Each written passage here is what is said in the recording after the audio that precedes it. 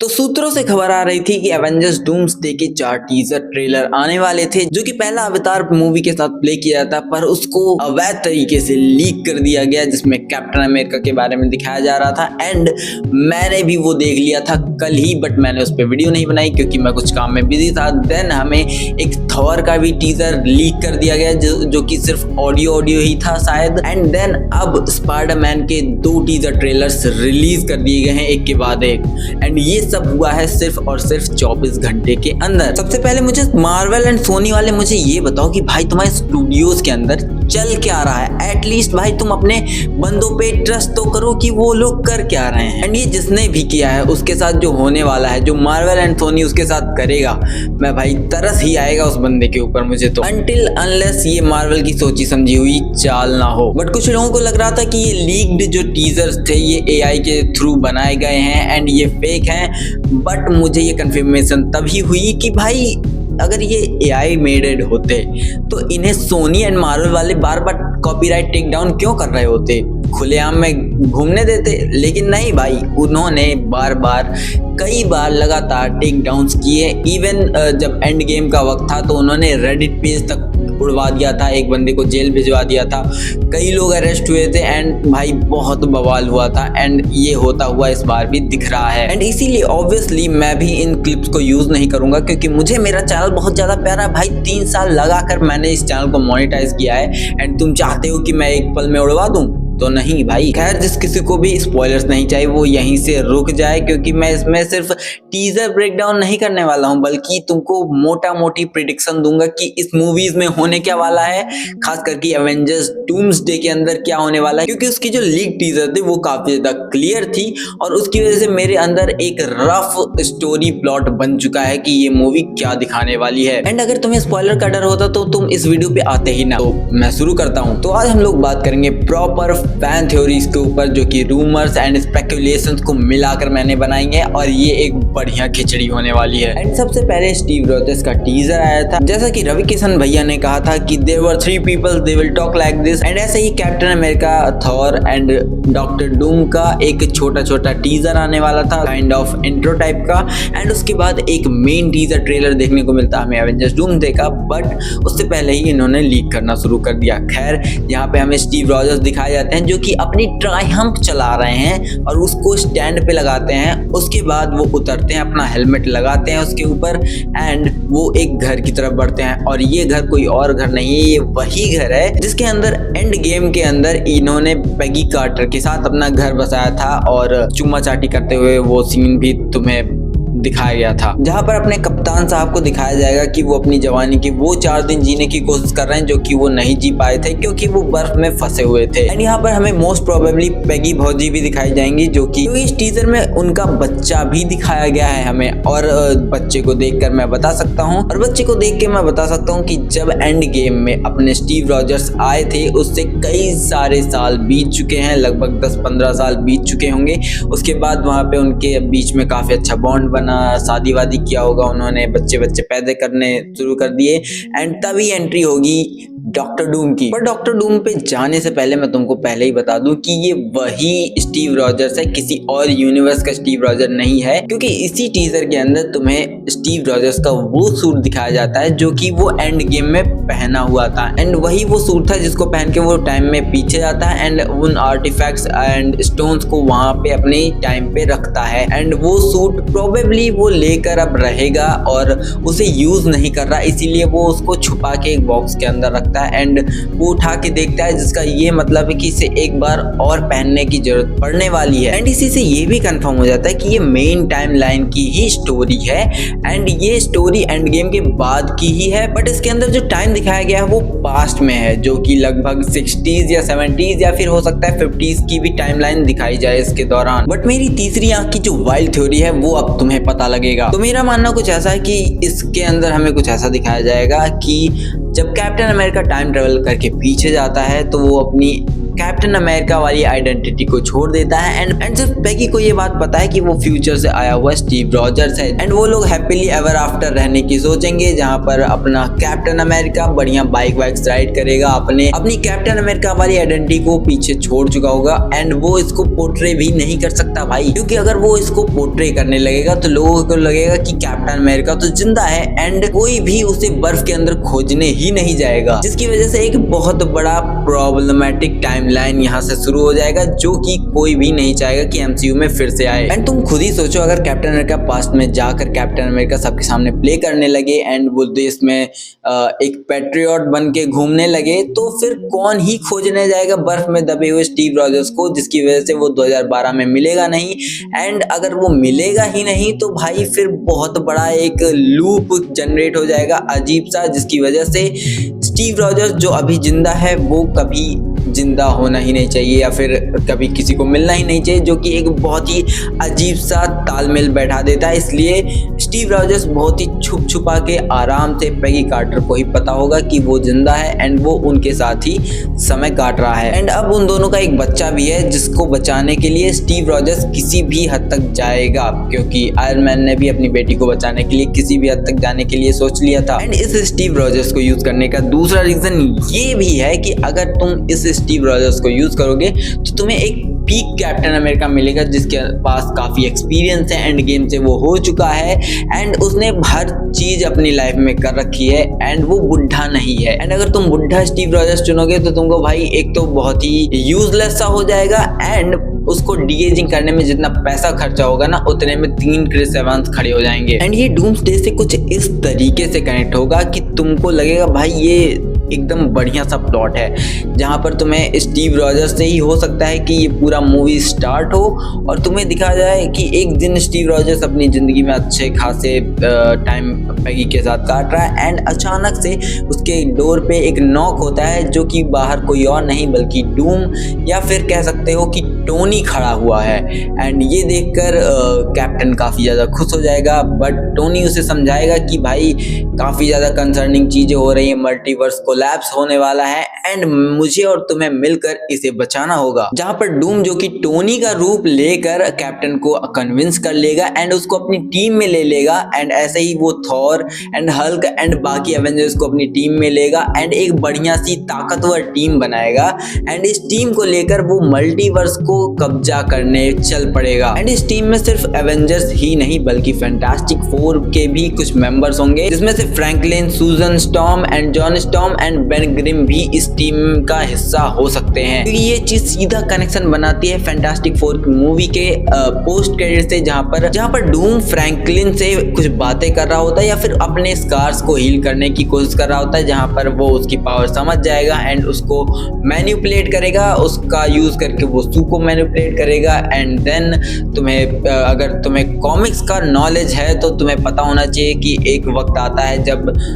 Read को छोड़ के पूरी की पूरी फैंटास्टिक फैमिली डॉक्टर डूम के साथ रह रही होती है, जो कि मोस्ट प्रोबेबली चांस है कि इस मूवी में तुम्हें देखने को मिल जाए आसानी से। एंड देन डॉक्टर डूम जो कि टोनी का रूप लेकर घूम रहा है, वो सो कॉल्ड मल्टीवर्स को बचाने की कोशिश करेगा, जिसमें हो सकता है वो हमें कैंग को भी दिखाए कि कैंग को वो मारता है एंड उससे मल्टीवर्स वाली चीजें छीन लेता है, अपना एक पोजीशन बनाता है। पर इसमें एक्समैन कहाँ फिट बैठते हैं, आओ चलो मैं तुम्हें ये भी समझाता हूँ कि एक्समैन इसमें कहाँ से फिट बैठेंगे। तो जब डूम इन सबको रिक्रूट कर लेगा एंड वो पहुंचेगा एक्समैन वाले यूनिवर्स में, जहाँ पर पहले से ही मोनिका रैम्बो बैठी हुई है एंड ये वही यूनिवर्स होगा जहाँ पर टाइम ट्रेवल करके रीड रिचर्ड्स पहले से ही पहुंचा हुआ होगा या फिर कुछ स्पेस ट्रेवल करके या फिर वो अपने जो टेलीपोर्टेशन डिवाइस है उसके थ्रू वो वहां पहले से ही होगा, जिसे देखकर उसे गुस्सा आएगा एंड वो एक्समैन की पूरी टीम लेके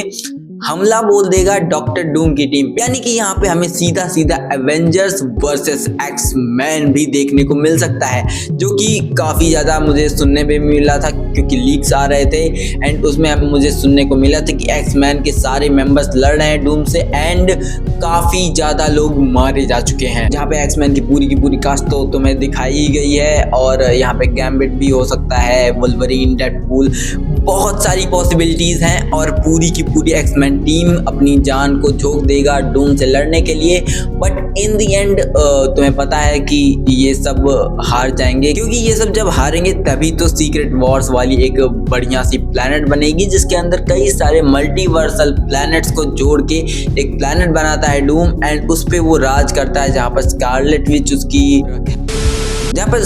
विच उसकी गर्लफ्रेंड होती है या फिर सूजन स्टॉर्म उसकी वाइफ होती है, पता नहीं क्या क्या भसड़ होता है उसके अंदर, बहुत ही ज्यादा mix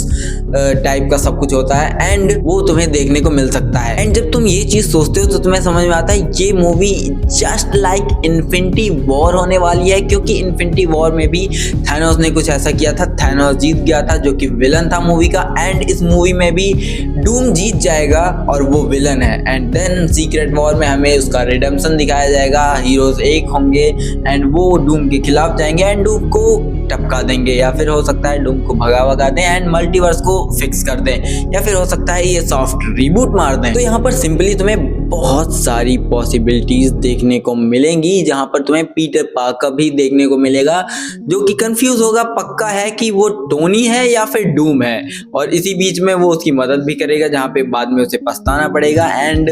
so on. And such कहूं तो मैं वैसे तो कॉमिक्स नहीं पढ़ा हूं, पर सिर्फ और सिर्फ एवेंजर्स डूम्सडे के लिए मैंने कॉमिक्स पढ़ी हैं सीक्रेट वॉर्स की, जो कि भाई बहुत ही भसड़ वाली है एंड मैं अगर ये सब देखने को मिल जाता है ना तो भाई मजा ही आ जाएगा। पर खैर चलो अब हम ब्रेक डाउन कर लेते हैं स्पाइडरमैन के ट्रेलर को, जो कि बहुत ही गंदी क्वालिटी में लीक किया गया है भाई, मतलब इतनी गंदी क्वालिटी में कौन लीक करता है, मैं बोल रहा हूँ भाई इससे अच्छी क्वालिटी में तो वो 19 मिनट वाली वीडियो लीक हुई थी। एंड सच बताऊं इसके अंदर बहुत ही कुछ क्लियर नहीं दिख रहा था, जिसकी वजह से काफी ज्यादा कंफ्यूजन भी था मुझे, पर मैंने जितना देखा जितना समझ पाया वो सब तुम्हें मैं इसके अंदर एक्सप्लेन करने की कोशिश करूंगा। एंड हाँ, इसके अंदर भी तुमको काफी तगड़ा सरप्राइज देखने को मिलने वाला है, जहां पर तुम्हें पनिशर, हल्क और हैंड जैसे लोग भी देखने को मिल जाएंगे और किंगपिन जैसा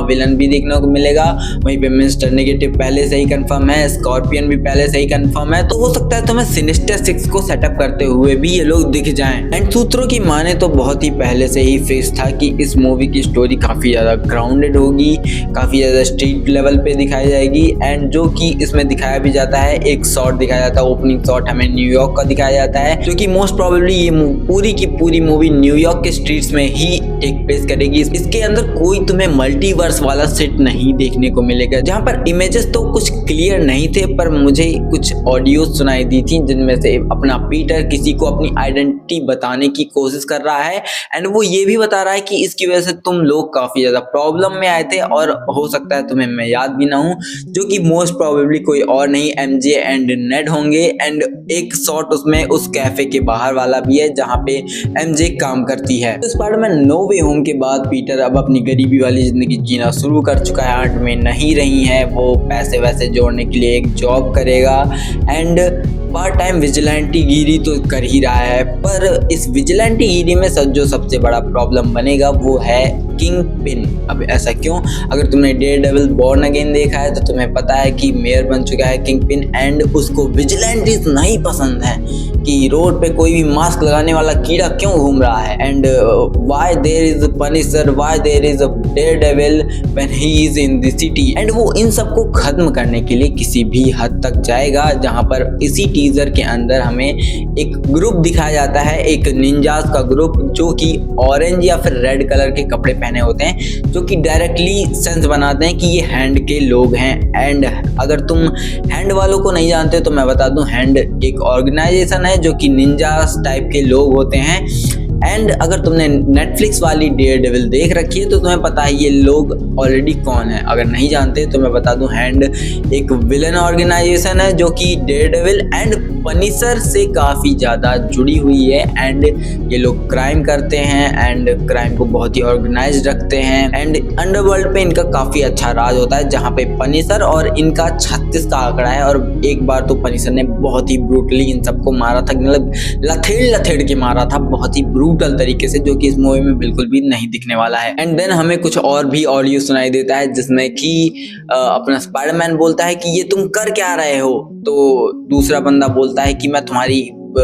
एस सेव करने की कोशिश कर रहा हूँ, जहाँ पर उसका मतलब यही है कि वो उसकी जान बचाने की कोशिश कर रहा है। बट ये बंदा है कौन? ये पनिशर है एंड ये इसलिए बोल रहा है क्योंकि जब किंगपिन हैंड वालों को स्पाइडरमैन के पीछे भेजेगा तो वो उनसे लड़ते वक्त काफी ज्यादा घायल होगा एंड उसको बचाने के लिए पनिशर आगे आएगा। एंड पनिशर के तौर तरीके तो तुम्हें पता है, जिसे देखकर स्पाइडरमैन पक्का बौखला जाएगा कि भाई ये इतनी ब्रूटली इन लोगों को कैसे मार रहा है। एंड इसीलिए स्पाइडरमैन पनिशर को कुछ ऐसा कहेगा कि भाई तुम ये क्या कर रहे हो, तो वो बोलेगा कि मैं तुम्हारी जान बचाने की कोशिश कर रहा हूँ, वो भी गाली देते हुए। बट यही नहीं, तुम और सुनो, यहाँ पर हमें एक सेवेज हल्क, जो कि मतलब पगलाया हुआ हल्क, जैसा कि तुम्हें एज ऑफ अल्ट्रॉन के अंदर दिखा था, जो कि माइंड कंट्रोल हो जाने के बाद एकदम बौखला जाता है और पूरे शहर में उत्पात मचा देता है। ऐसा ही कुछ इसके अंदर भी देखने को मिलेगा, जिसको स्पाइडरमैन रोकने की कोशिश करेगा, बचाने की कोशिश करेगा एंड तुमको वो सब देखकर काफी ज्यादा मजा भी आएगा। एंड इसके अंदर जो सूट दिखाया जाता है वो बिल्कुल भी नैनोटेक वाला नहीं है, जो कि ऑलरेडी पहले ही रिवील कर दिया है उन्होंने, अच्छा खासा टीजर एक डाल के रिवील किया था।